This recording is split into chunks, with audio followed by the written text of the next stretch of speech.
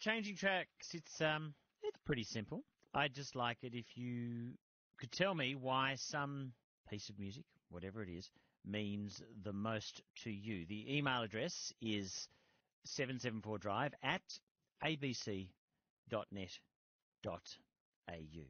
And this week's changing track is for Sophia.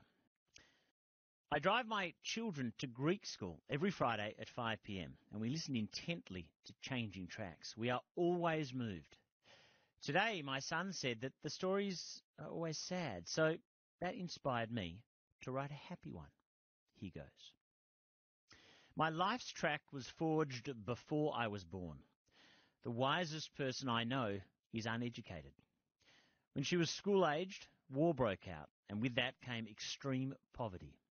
It was more important to educate boys, so while her brothers went off to school, my mum became a shepherd at the age of 7. Each morning, she was quickly hustled out of the house and into the pasture with her sheep, because if the school bell rang and she was around to hear it, she would cry and desperately plead with her mother to allow her to go to school. So my mum stole books from her brothers, copied letters into the sand with sticks, and dreamed of attending school, while she sat alone watching her sheep graze, protecting them from coyotes. At the age of 24, she set off from Greece to Canada. As children, we heard the stories countless times. Just a suitcase, hardly any money, not knowing the language, no idea about the culture. But we never really appreciated it because my parents' hard work made us want for nothing. Under the care of her horrible, mean, chauvinistic brother, she was told she was ugly, stupid, and good for nothing. But this only made her more determined to do well. She was engaged to a man she'd never met, he in Greece and she in Canada. Before her fiancé arrived in Canada, her brother warned her not to make a fuss. Whatever type of man he turned out to be, she wasn't worthy of anyone special, and she would not humiliate the family by refusing to marry him. She was petrified. When he arrived, he was so handsome, this worried her even more. The first chance they had alone, she took a great risk and said, "Look at me. If you don't like what you see, please leave now. No hard feelings. I will not get any prettier, only older and uglier, but I will be a good and loyal wife to you." My dad said, "You are more beautiful than I ever imagined. I would be proud to be your husband, and I too will look after you as best as I am able." Soon, babies were born.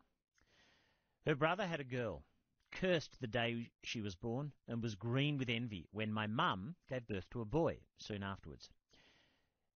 He was sending his daughter off to Greece to be looked after by his parents and manipulated my parents into doing the same. Sending her 6-month-old on a plane to Greece, that's my brother, remains the biggest regret in my mother's life. And it wasn't until I had my first baby that I truly understood how devastating that must have been. She and my dad worked all hours, spent as little as possible, and saved the rest. 18 months later, she went to Greece, collected her 2-year-old, and moved out of her brother's house, and soon afterwards moved 300 kilometres away from his destructive influence. My parents then bought a restaurant in their new country town. It flourished, so did they and their 3 children. It's funny how things work out. After finishing my degree and backpacking through Southeast Asia and Europe, I ended up in the same Greek village that my brother had been sent to as a 6-month-old. It's there that I met my gorgeous husband. Our parents are from the same small village. His migrated to Australia, mine to Canada, and we'd come full circle to meet where it all began. When I migrated to Australia, I was educated, knew the language, had money, and was going to be with a man that I'd fallen in love with. Despite all that, I was petrified, and the homesickness was sometimes unbearable. I gained a true appreciation of how hard it must have been for my parents and for the countless immigrants everywhere.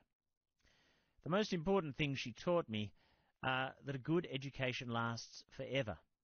Should you decide to marry and have children, your family will be your most important career. Be kind to those who surround you, and surround yourself with those who are kind to you. It is because of my mum that I became a teacher. It is because of my mum that I stopped teaching to stay home with my children. It is because of my mum that I am surrounded by kind, supportive, uplifting family and friends. My mum attended an adult learning centre at the age of 60 and now loves reading. How cool is that? She and my dad are in their 80s and are visiting us here in Melbourne as I write this. She is hilarious, fun, never stops talking, and is freakishly strong.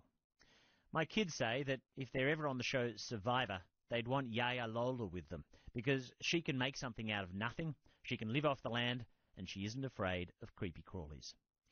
We all laugh as she does chores around our house, singing this song in her Greek accent. So this week's changing track for Sophia and her parents is, and think of it with a Greek accent, Yellow Submarine. Bye.